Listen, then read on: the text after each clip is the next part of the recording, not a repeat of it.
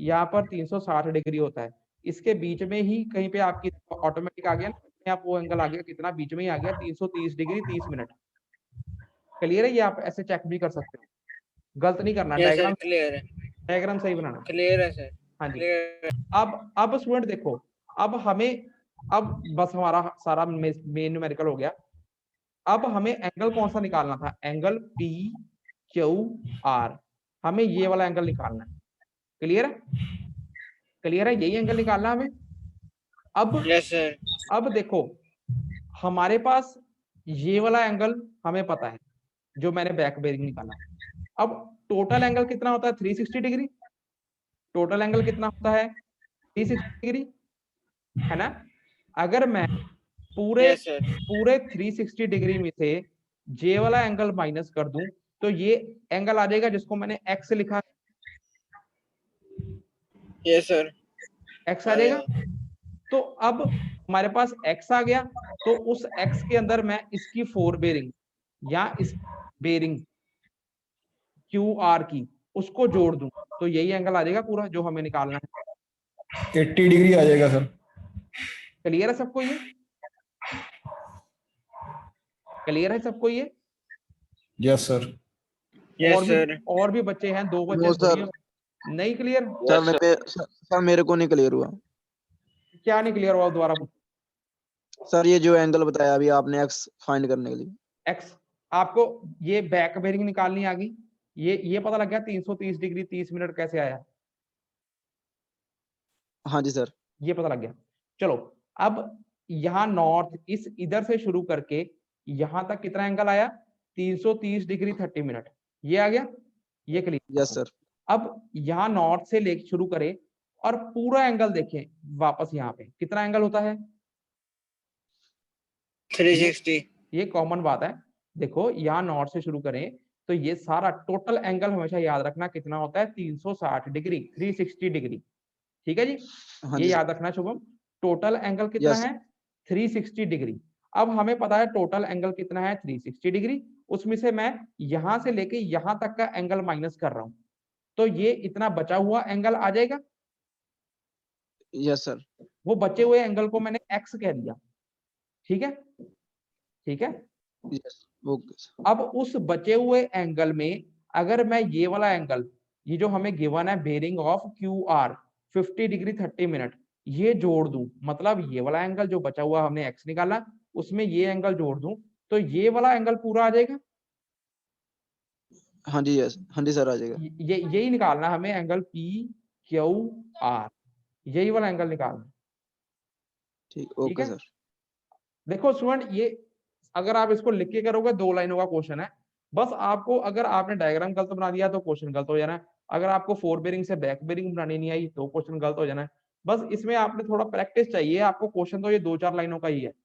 अब ये देखो, सिंपल एक्स की वैल्यू कैसे निकाली मैंने, टोटल 360 में से, पूरे 360 में से 330 डिग्री 30 मिनट मैंने माइनस कर दिया, कितना आ गया एक्स, एक्स आ गया 29 डिग्री 30 मिनट, मतलब ये एक्स की वैल्यू कितनी आ गई, 29 डिग्री 30 मिनट। अब इस 29 डिग्री 30 मिनट में मैंने 50 डिग्री 30 मिनट दो ऐड कर दिए, तो ये एंगल पूरा आ गया।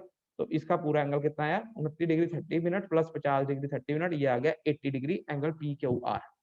क्लियर है सबको ये? यस सर, ऐसा क्वेश्चन जो आंसर होता है कभी कभी उसमें आया था छोटे क्वेश्चन में 5 नंबर में, तो आपने इसको डायग्राम बना के तो इसको अच्छे से सॉल्व करना है, साफ साफ लिख के।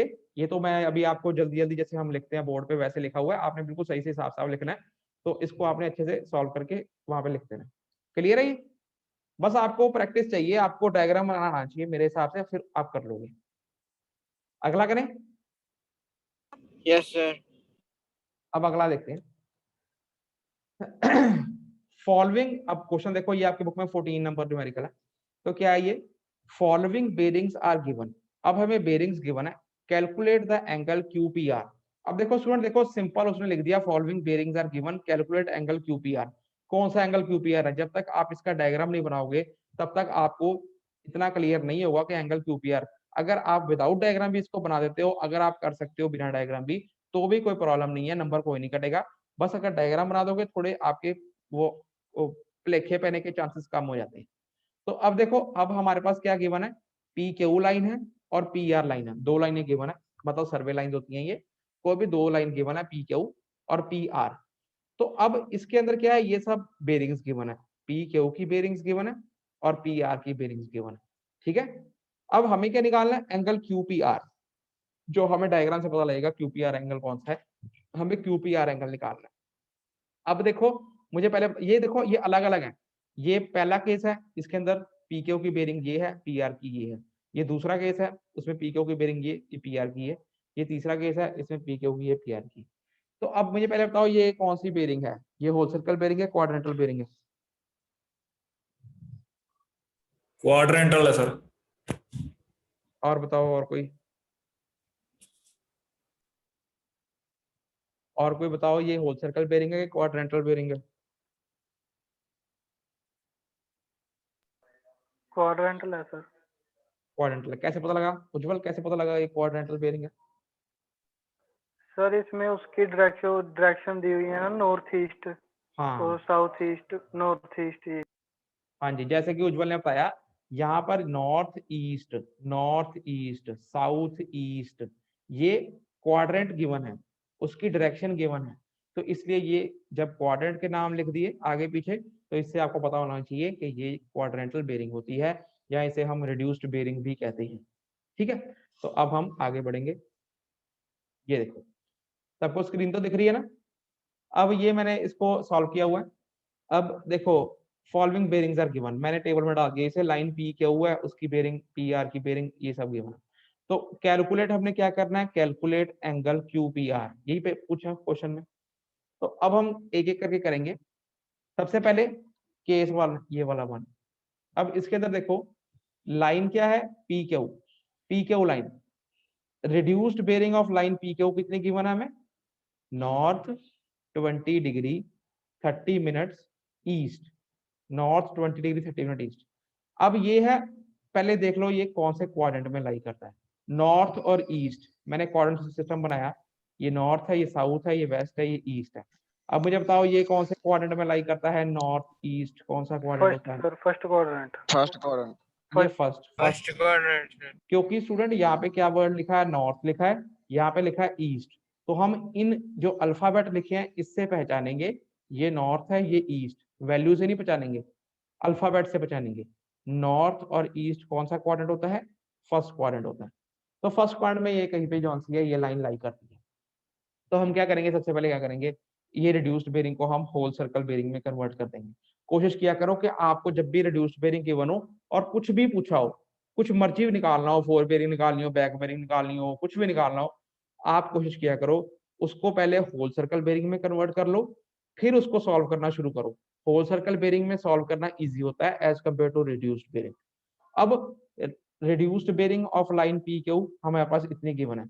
अब होल सर्कल बेरिंग अगर मैं इसको कन्वर्ट करूं कितनी होगी, whole circle of P Q, क्योंकि ये फर्स्ट क्वाड्रेंट में लाई करता है, तो मैंने आपको बताया था जब लाइन फर्स्ट क्वाड्रेंट में लाई करती है तो उसकी रिड्यूस्ड बेरिंग और होल सर्कल बेरिंग दोनों बराबर होती हैं वैल्यू वाइज। मतलब जब लाइन पहले क्वाड्रेंट में लाई करती है तो उस केस में क्या होता है, जितनी वैल्यू रिड्यूस्ड बेरिंग की होती है उसी लाइन की उतनी ही वैल्यू होती है होल सर्कल बेरिंग की, ठीक है, वैल्यू रकम, ठीक है।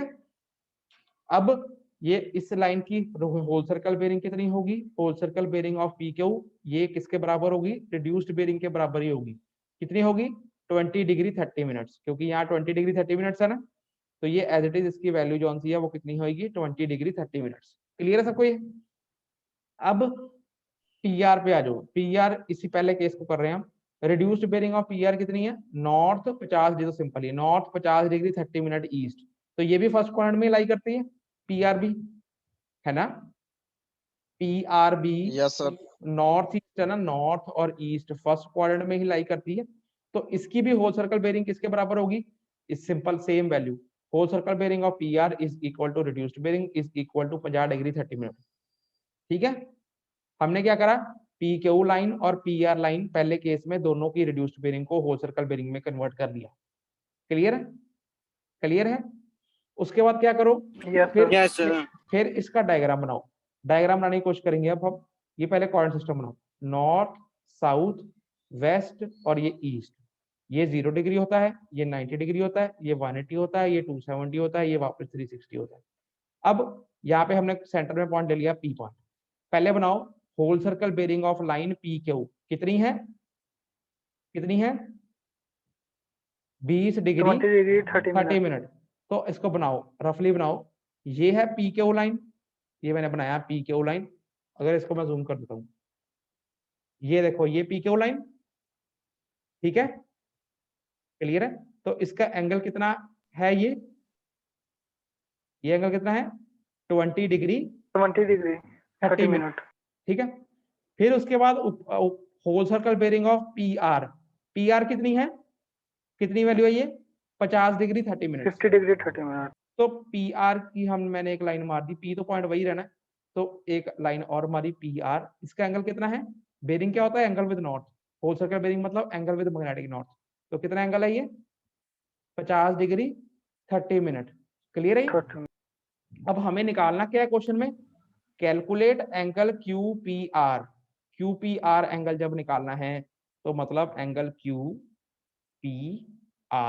ये एंगल निकालना है हम, ठीक है, ठीक है, क्लियर है, क्लियर है। ये वाला एंगल निकालना है एंगल QPR। अब QPR एंगल कैसे निकलेगा, बड़े एंगल में से अगर छोटा एंगल माइनस कर दो तो बीच वाला ही एंगल आ जाना है एंगल QPR, है ना, ये आ जाना है। Yes sir. Yes, sir. है ना? तो वही हमने करा हुआ है। इसको लिखना पर बिल्कुल सही तरीके से आपने ऐसे लिखना है, इसे whole circle sorry angle QPR is equal to whole circle bearing of line PR। Whole circle bearing of PR कितनी